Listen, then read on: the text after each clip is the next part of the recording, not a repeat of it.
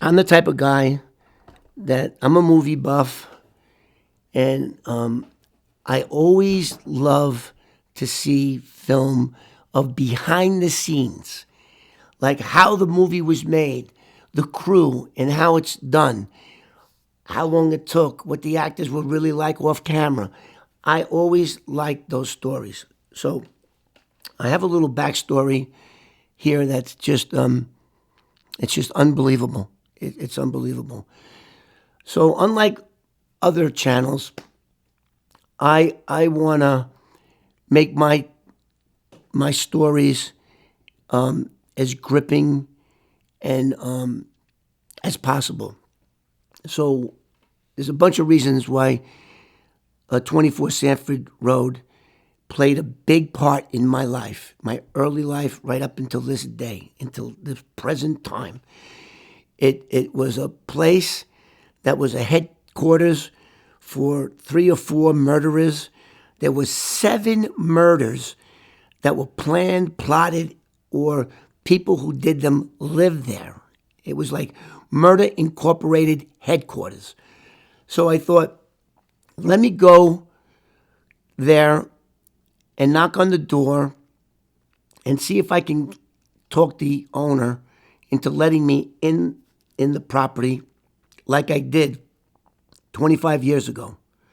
And that's right, I did it. If you look at my book, what happened was my book was written, and the publisher asked me to get some pictures of the house out there. So I did. I went there, took an exterior photograph of the house, saw a station wagon parked. That picture is in my book. And then I knocked on the door, and I spoke to the guy. And he let me in.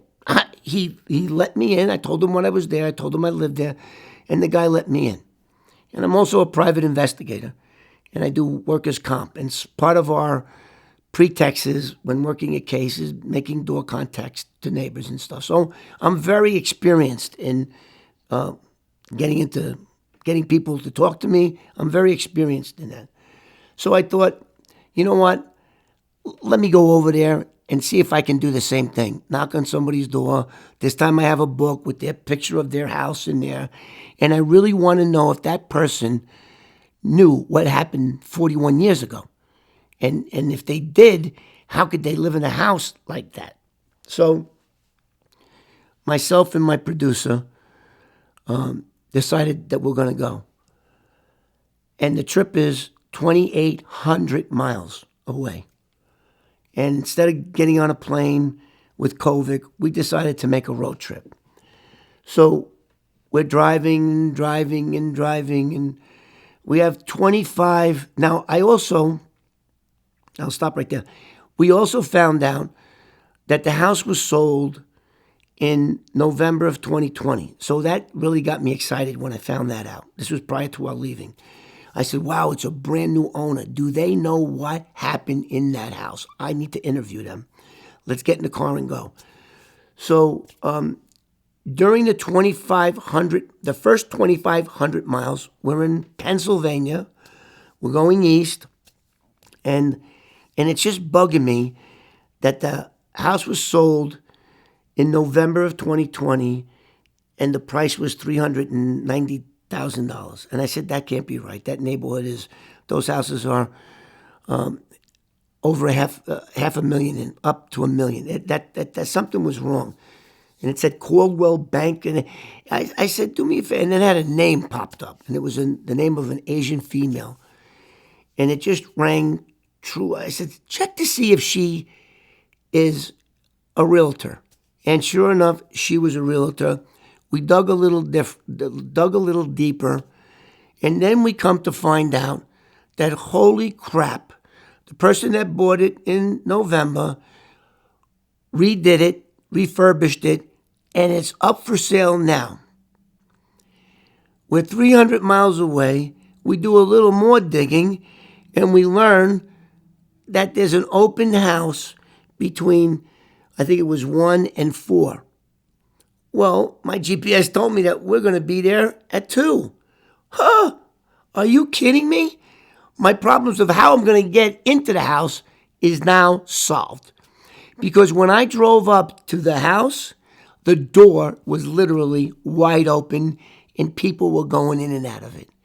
So, you know, holy cow, is that not a backstory everybody wants to hear? So the door is literally wide open, people going in and out.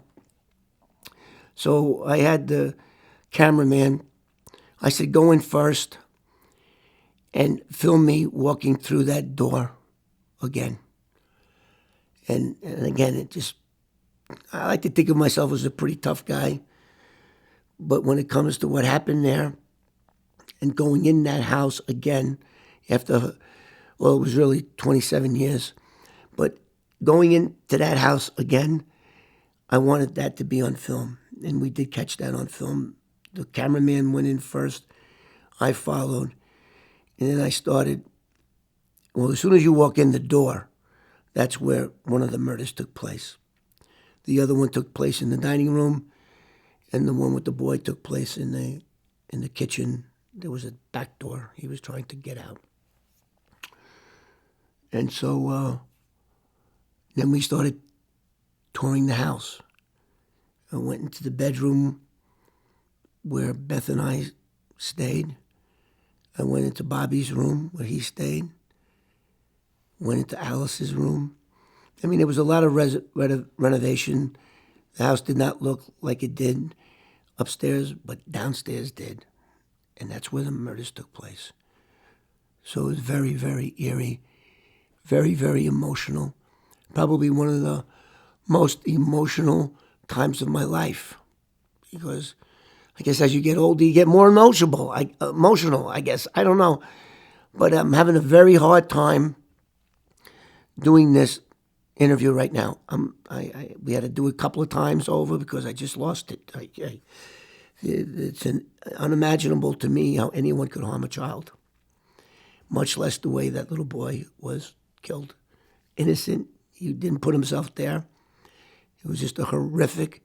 It was one of the worst crimes in U.S. history. Not because of the number, but the way the victims were killed and the fact that it was a 5-year-old baby that got killed. Perfect. Thank you.